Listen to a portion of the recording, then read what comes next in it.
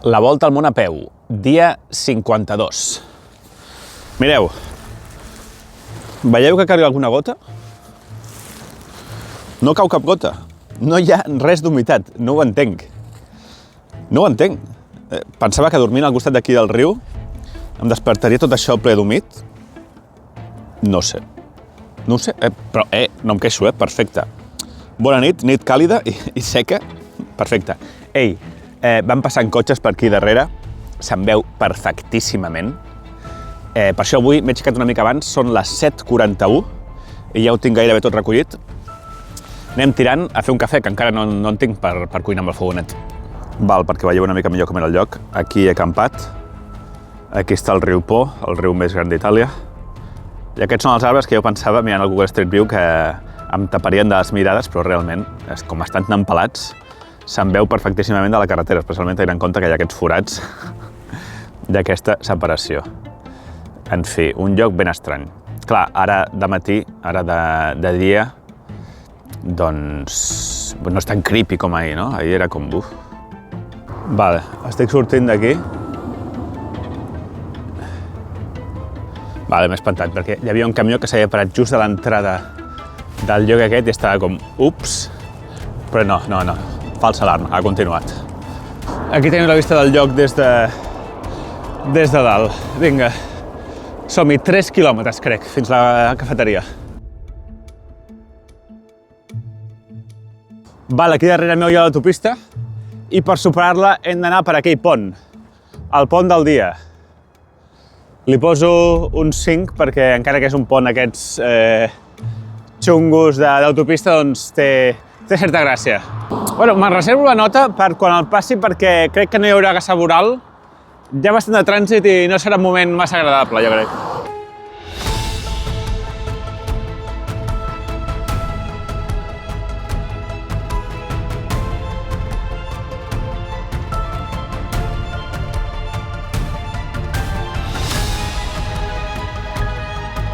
I rebaixo la nota a un 3,5 perquè aquest voral era com si no hi hagués res. En fi, ja està, ja estem. Estem al polígon industrial. Aquí hi ha com, botigues d'aquestes grans, de polígon industrial, de centre comercial. I algun bareto hi haurà. Pel matí em costa vocalitzar. Bueno, jo no vocalitzo gaire, en general. Però pel matí em costa més, suposo que pel fred, no ho sé. Ja ho tenim. Buah, avui volia demanar una cosa diferent perquè sempre demano alguna cosa dolça i m'he demanat un entrepà de pernil, massa gran. Massa gran, no tenia tanta gana, buah, em sento superple. Val, avui destí Cremona, és la següent ciutat, i bé, hi ha una carretera que tira fins allà, però no vull anar per carretera, no. Per tant, em desviaré, faré una mica de giragonses, però aniré per camins més tranquils, carrils bici, pel costat del Po, etc. Un altre pont per superar un altre cop l'autopista. En principi ja últim abans d'encarar la part més tranquil·la del dia. També em va bé acostumar-me a les carreteres perquè hi haurà països en què hauré de fer moltíssima carretera. Se m'acudeix Pakistan, Kazakhstan, Turquia, espero que no. Albània, Montenegro, potser, no ho sé, anem veient.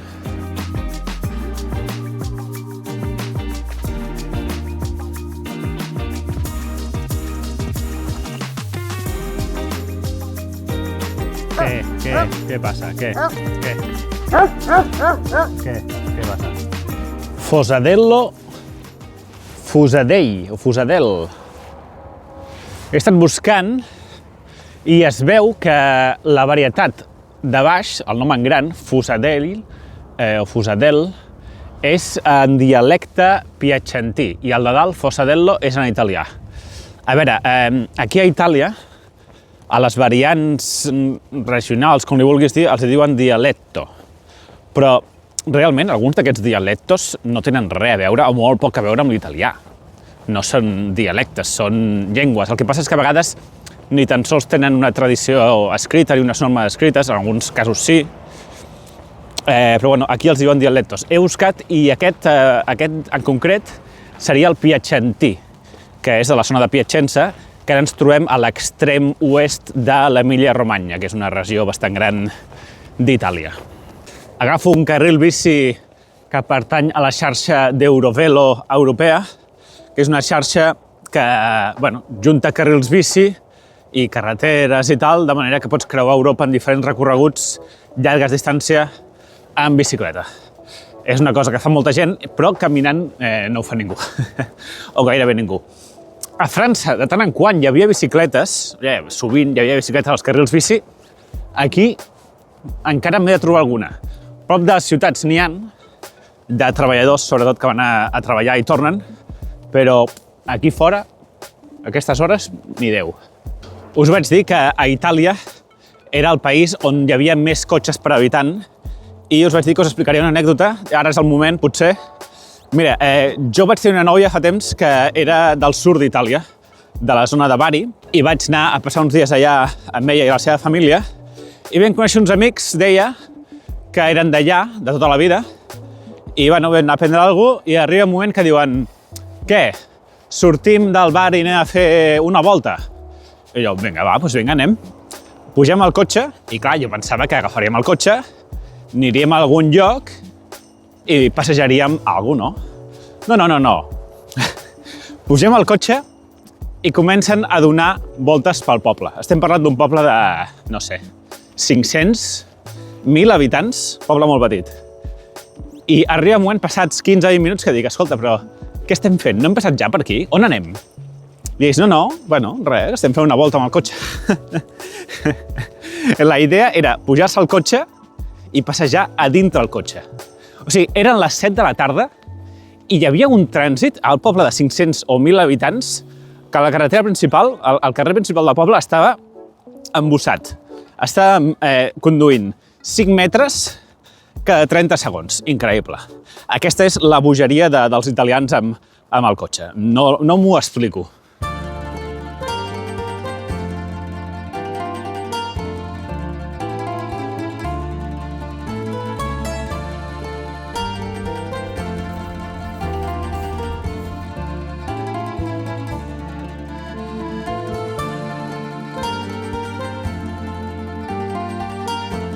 Molta estrata privata.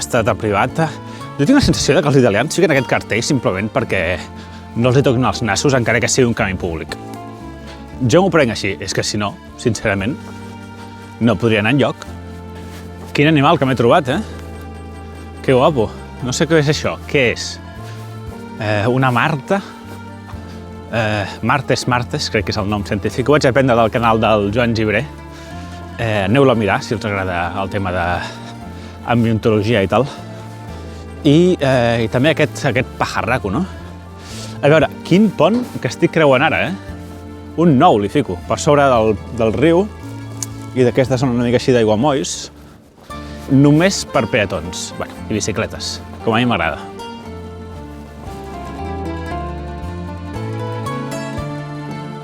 Una i 21 quilòmetres, avui vaig bé. I us en recordeu de l'entrepà d'aquest matí? Ja està digerit, ara tinc gana. Tinc gana més de menjar bé, no de menjar pa. Tinc pa amb mortadela aquí a la motxilla, però he vist un restaurant aquí i, ostres, si té un preu decent, crec que em paro. Google deia que estava obert, però, evidentment, tot està tancat, com sempre. Tot està tancat, sempre. Tancat per vacances, tornem al 4 de febrer. Vaya vacances, tu.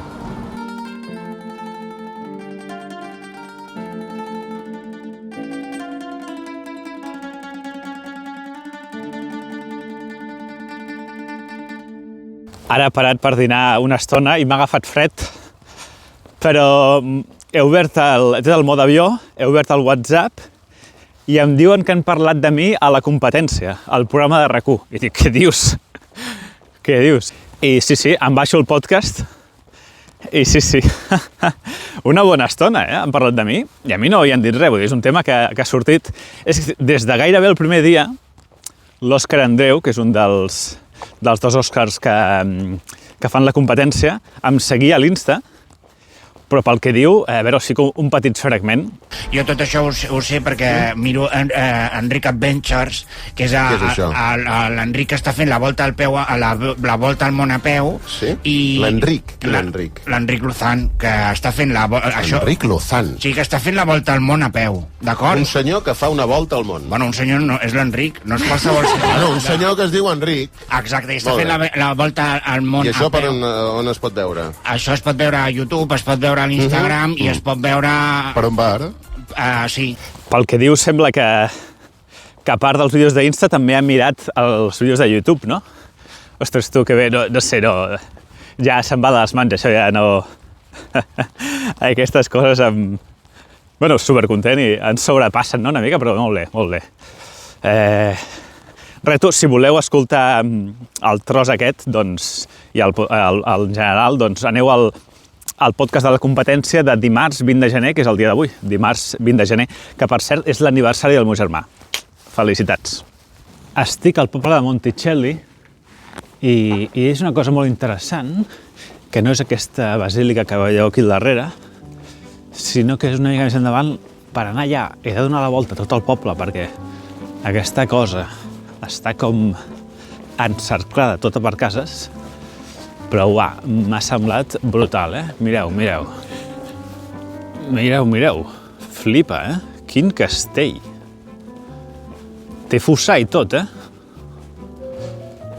Té fossar i tot. Aquí ficaven els cocodrils. Brutal, Llàstima que no es pot entrar, perquè té aquest puntet. Seguim fins a Cremona. A veure si puc anar al supermercat a comprar el maleït cafè que fa 3 dies que busco. Ja jo estic veient que avui serà una nit freda perquè noto el fred i noto que la boca em costa parlar perquè pel fred, la tinc com així encarcarada. He enviat un missatge a una persona de Couchsurfing, diverses persones de Couchsurfing i d'aquestes aplicacions i no he tingut sort. Hi havia un que m'ha dit que sí, i m'ha dit, però estàs segur que t'has llegit les regles de la casa? I jo, no havia fixat perquè sóc nou, no, aquí. Llavors m'hi fixo, entro, i les regles de la casa eren que ell aniria despullat tot el dia i que no pots tancar la porta del lavabo mentre estiguis al lavabo. M'ha donat uns vibes de creepy total, a part que no em sentiria gens còmode així. I no, l'he dit que gràcies, però que passo. 4 de la tarda faig així, perquè el micròfon, si no, em rasca i d'això, i se sent el... El micròfon m'està fallant, com heu pogut veure en els últims vídeos.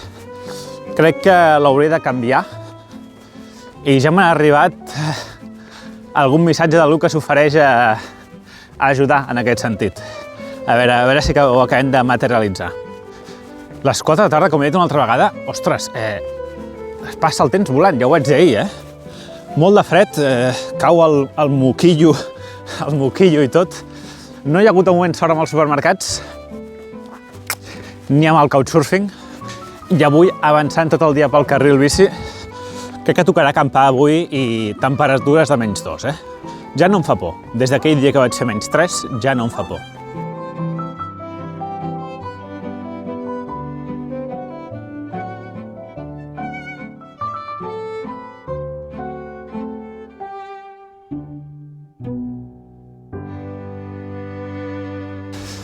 Deixem enrere aquest carril bici que he estat gairebé tot el dia, amb ell, molt plàcid, cap bici, dues bicis, la resta de peatons. I toca creuar el riu Po per aquest pont que converteix ferrocarril, bicis i cotxes. Mira, no sé quina és l'habilitació que tenen per bicicletes i peatons en aquest pont, ho veurem ara mateix. Espero que no sigui caminar pel voral o que m'hagin d'esquivar els cotxes o el que sigui. Espero que sigui millor. Primer de tot ens han fet venir per aquí i toca creuar el pont per sota. Petita giragonsa. Ara em fan anar per tot allà fins allà i després pujar i anar per aquí. Home, jo crec pujo directament per aquí. Mira, no sóc l'únic que ho he intentat. Cap problema. Mira, m'estalvio uns, 500 metres? Ai!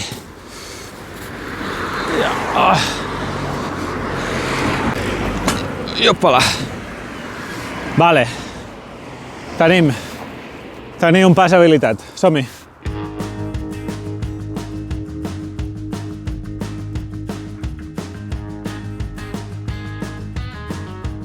Ja estic a Cremona. On acampo avui? Són les 5 de la tarda i això és el parc fluvial que hi ha al costat del riu Po. És un parc bastant gran on estic bastant convençut de que no es pot acampar. El tema serà trobar un lloc amagadet rere uns arbres. Mira, aquesta nit diu que baixarà a -2. Això és dolent, però a la vegada en aquests parcs a vegades se solen juntar la gent xunga a la nit, però amb aquestes temperatures no crec que ningú surti de casa. Això ens juga a favor. I demà al matí igual, no crec que vinguin molts runners i era aquí i no. No, és un espai massa obert. El mapa m'ha jugat una mala passada una altra vegada, la idea que tenia d'aquest joc. Bueno, o m'espero a que sigui tard per plantar o busco un altre lloc. Em decanto de moment per la segona opció. Val, he trobat una zona del parc més amagada. Mira, allà tenim un carril bici. He pujat fins allà i, home, es veu, però d'aquí una estona quan estigui fosc, en principi no es veurà tant. Després, allà tenim l'altre camí, el camí principal del parc. Ara passa un ciclista per allà. I aquest arbust em protegeix bastant de guiar. Aquí tenim, si us hi fixeu, una espècie de parc vallat, jo entenc que és un pi picant. I aquest arbre que hi ha per aquí ens protegeix d'un camí que hi ha per allà, que he vist abans una persona passejar un gos. Hi ha un altre camí per aquí, però aquí ja és descarat. Una mica fallo de càlcul avui, però com us dic, dubto que em molestin. Vaig a esperar una estona que es faci més fosc i després planto. Ja està, ja he plantat la tenda. Hi ha bastanta llum d'aquests fanals que no veieu, que hi ha aquí a l'altra banda, però, focus, més aviat, més que fanals. Però he pujat al carril bici un cop plantat i no es veu absolutament res. Absolutament res. De fet, ara m'estic enfocant aquí amb el frontal i no tinc cap por perquè gairebé no passa ningú per aquí. Estaré bé. Val, avui 35 quilòmetres, alguna cosa així, una mica més, i 2 cafès i de diners simplement 7,5 € de l'esmorzar. I no he parlat amb ningú. Avui ha sigut un dia solitari, perquè he passat per pobles molt petits, no m'he trobat gairebé ningú. Hi ha molts dies que no parlo amb ningú, però avui he tingut una mica la sensació de, ostres, estic aquí enmig del no-res, desolat. De cara a vosaltres, és un dia que no ha passat absolutament res. No ha passat res. Però de cara a mi ha sigut un dia bastant bo, tenint en compte les circumstàncies, que és tot pla, que és gris, etc. Ha sigut un dia que el camí ha estat molt bé, no ha molestat cap cotxe, anava al costat del riu, que vulguis que no, hi havia algunes vistes, hi havia els animals, ha sigut un dia que ha estat bastant bé. Fem foguera. Avui no puc fer així perquè tinc els guants. Foguera, val. Hi ha 2 preguntes bastant interessants. Una és per què he decidit fer la volta al món a peu de oest a est, és a dir, cap a la dreta del món, entre cometes, en comptes d'est a oest. Home, és una molt bona pregunta que jo, evidentment, m'havia plantejat, però crec que encara no havia contestat ni a cap entrevista ni enlloc. Seria bastant llarg d'explicar. Mira, per començar, jo em vaig imaginar sempre la volta al món a peu, tal i com la va fer el Nacho Din, que és la persona que us vaig dir que em va inspirar a fer això, no? Un malagueny que va fer la volta al món a peu. Clar, no necessàriament he de fer el mateix que va fer ell, evidentment, ni anar amb el mateix sentit, però sempre me l'havia imaginat, perquè he estat molts anys pensant en això, sempre me l'havia imaginat d'aquesta manera, no? Va arribar un punt que vaig dir, Enric, trenca aquesta cosa d'oest a est i busca altres opcions, perquè potser són millors, no? Llavors vaig començar a barallar l'opció de fer-ho en sentit contrari. No és només que sigui d'est a oest o d'oest a est, és que, Clar, jo aniré bastant de nord a sud, a l'hemisferi sud, de nord a sud, a l'hemisferi nord, i de sud a nord, a l'hemisferi sud. Això què implica? Que quan estiguin seguint aquesta direcció cap avall, a l'hemisferi nord, i cap amunt, a l'hemisferi sud, tindré sempre el sol a la cara. Això de cara a portar una placa solar és important perquè no carrega. La placa solar només carrega si tens el sol a l'esquena perquè et penges la placa solar de la motxilla, no? Això seria, si fes la direcció que jo tenia pensat de sud a nord a Amèrica Llatina, no? Però potser faig de Colòmbia a Santiago i després a Buenos Aires, que en aquest sentit sí que seria de nord a sud, no? És que, tal com tenia plantejada la ruta en un bon principi, ha canviat bastant en referència a ara. En qualsevol cas, l'opció que no he fet és millor de cara a la placa solar. Em diuen que tindré més hores de llum. Bueno, les hores de llum depèn d'on tindràs més, menys, vull dir, no tal. Al final, el que em va fer decantar, després de moltes opcions, i no us ratllaré més sobre el tema aquest, el que em va fer decantar de fer-ho així i pringar en aquest hivern europeu d'un bon principi que estic pringant és el tema de Sud-amèrica. Sud-amèrica per mi és el final boss, el monstre final. És el més difícil del viatge. Per inseguretat, per altitud de les muntanyes, vull anar pels Andes, per lo remot d'algunes zones del paisatge, perquè són països que fora de les zones de turisme no se sap molt bé què hi ha, perquè la gent només va al Machu Picchu, a no sé què, no sé quantos, no? És, per mi, la part més difícil del viatge. Els Andes són unes muntanyes molt altes. L'únic positiu és l'idioma, que ens podrien fer entendre, no?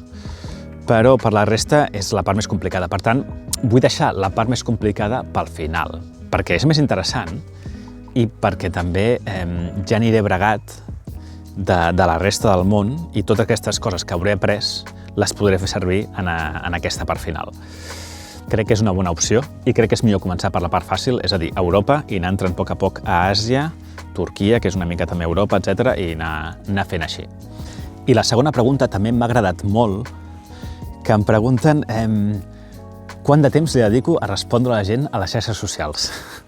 Massa, probablement massa. Mira, jo abans no tenia tants subscriptors, tants seguidors, tanta gent que m'enviés missatges com ara, i era un canal més petit, no? I intentava respondre a tothom que em deixava un comentari a qualsevol xarxa social, especialment al YouTube.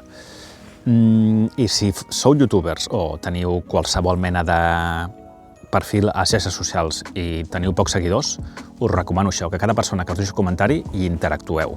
Cada missatge el respongueu, cada mail també el respongueu, perquè és la manera de crear una comunitat. Crec que aquí hem creat una comunitat maca. Clar, ara és impossible, perquè en tinc masses de missatges i perquè no puc, perquè estic en ruta. Però suposo que tinc aquesta cosa encara de l'anterior, del canal com era abans, i intento respondre a molts comentaris masses, potser, masses. Li dedico... A veure, molts cops estic caminant i això, o algun cop que descanso, paro a seure, ara a la tenda, quan acabi d'editar el vídeo potser em poso una estona a llegir els comentaris. Els comentaris els llegeixo tots, o gairebé tots. El que passa és que contestar-los no els puc contestar tots. Llavors, quant de temps? Doncs potser 1 hora al dia? Potser hauria de dedicar-li menys, perquè també contesto missatges a l'Insta, tal, no sé. Bueno, jo crec que és positiu, no? Vull dir, tampoc és res dolent. Val? Doncs ja està. Demà seguim en direcció Verona. Bona nit.